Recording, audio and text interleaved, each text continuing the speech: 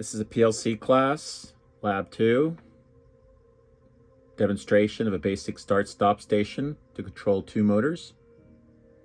Both motors will have their own start and stop switches. Motor 1 can be started independently of Motor 2. Motor 2 can only be started and run if Motor 1 is running. If an overload condition occurs on any motor, all motors will shut down. Our inputs are Motor 1 start, Motor 1 stop, Motor 2 start, Motor 2 stop, jog run switch currently placed in run, and the limit switch is our simulated overload.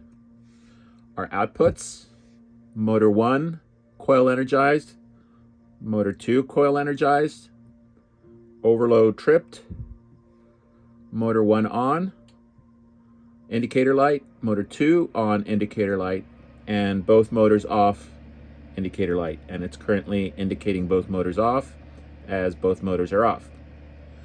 We will now start Motor 1. And you notice Motor 1 comes on. We let go of the switch, holding contacts, keeping Motor 1 energized, coil energized, indicator light on. We will now do a normal stop.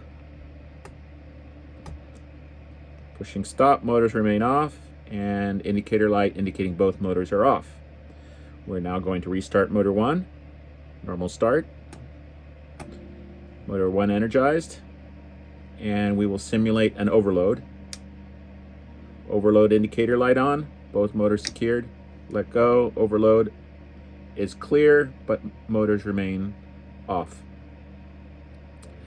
We are now going to test the interlock between Motor 2 and Motor 1. We're going to attempt to start Motor 2. Motor 2 does not start. We can even try jog mode. Motor 2 does not start. So we know that there's an interlock which requires Motor 1 to be on. So we will start Motor 1. Motor 1 is running. We'll now attempt to start Motor 2, pushing the Motor 2 start button. Motor 2 comes on, remains on. Coil energized, indicator light on.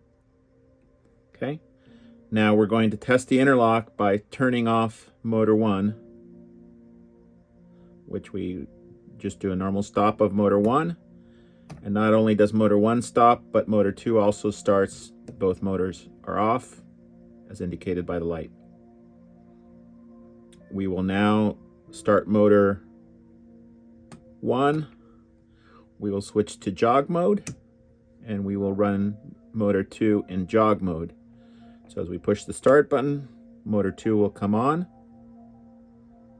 And as we let go, Motor 2 goes off. Now we will test the combined overload. So with Motor 1 on, we will turn on Motor 2. Both motors running. Simulated overload. Both motors shut down.